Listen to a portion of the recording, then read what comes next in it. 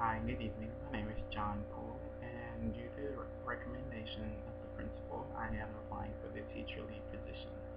As with this position, I am fully aware of our situation as far as the comes been taken over from the state due to the performance performances of the students on the standardized testing.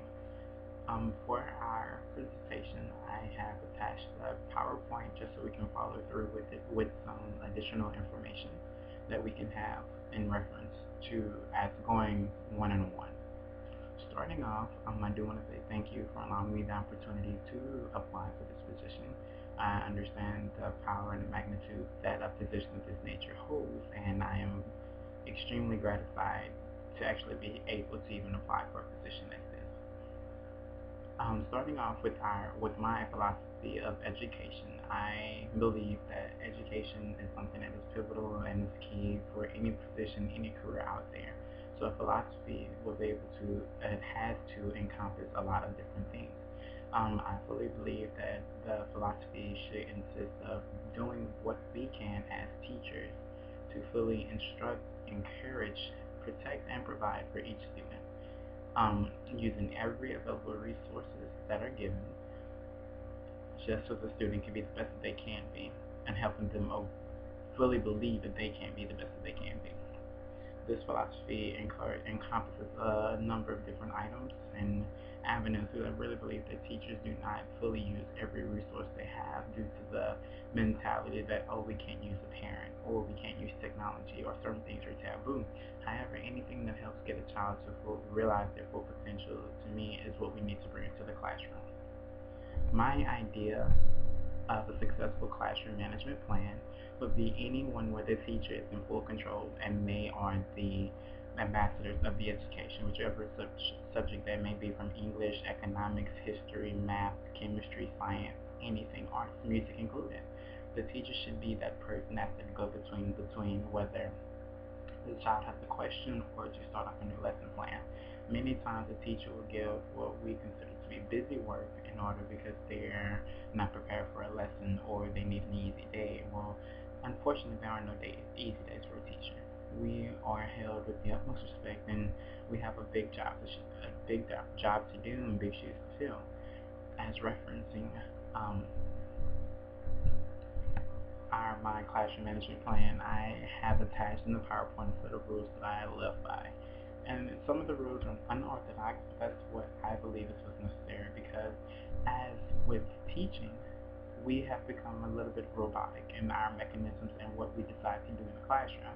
I do believe that when we give a robotic lesson, we give robotic answers. Therefore, the student is no longer their person.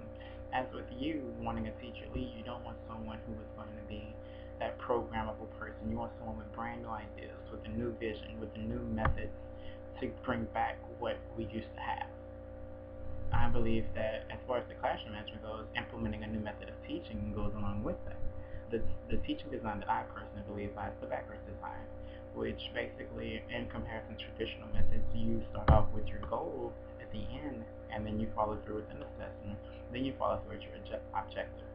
This to me is a lot different because it puts your objectives at the end. Most times when we start off a lesson plan with the core standards thing at the beginning, it has already dictated what we can and can't do with the lesson. Starting with the goals, there is no limitation. The only limitation is the mind of the teacher. You can be as creative as you want, as welcoming as you want, and then you set up your own assessments. I believe that when you do this, you allow the students to play their role in the learning process, which is the liaison, the person who sits there to observe, demonstrate, to take in ideas, and then to create their own theories based off the information that is given. These two go hand in hand.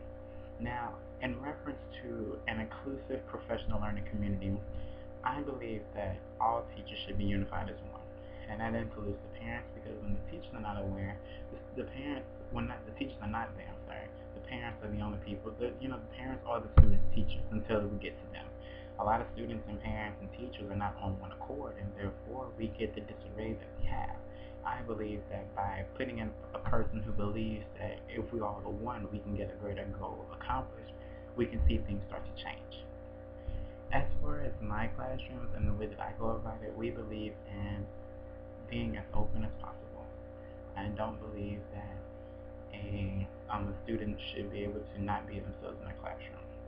If we want to have a creative process and we want to create creative students who ones that can think critically using what they have to further their educational needs, we need to have a classroom to where no one is not welcome. So coming through my classroom, we will have an open environment. Yes, it can be a little louder due to we have more of an open atmosphere. Teachers, other teachers are welcome, parents are welcome, other faculty are welcome at all points in time. Um, our classrooms, they're not, we have structure as far as based off of not rules, but we have a follow-up where if one teacher is talking, no one, we listen. If a student is talking, we listen. As far as, you have to raise your hands and talk, I believe that further perpetuates the robotic atmosphere. So no, we don't have that in the classroom. However, if we can get on one accord, we can learn that the things that once viewed as unorthodox are now viewed as ways to open different doors and different avenues. In conclusion, I do want to say thank you for allowing me to provide a video presentation of myself and my educational philosophies for this position. I do want to thank you for this. And secondly, once again, in order for us to get something that we never had or to do something that we never did, we must be willing to open up our eyes and our minds for a new perspective and new ideas. Once we can get that, then we can move on to the next level and become back at the top where we deserve to be. Again, thank you, and have a wonderful day.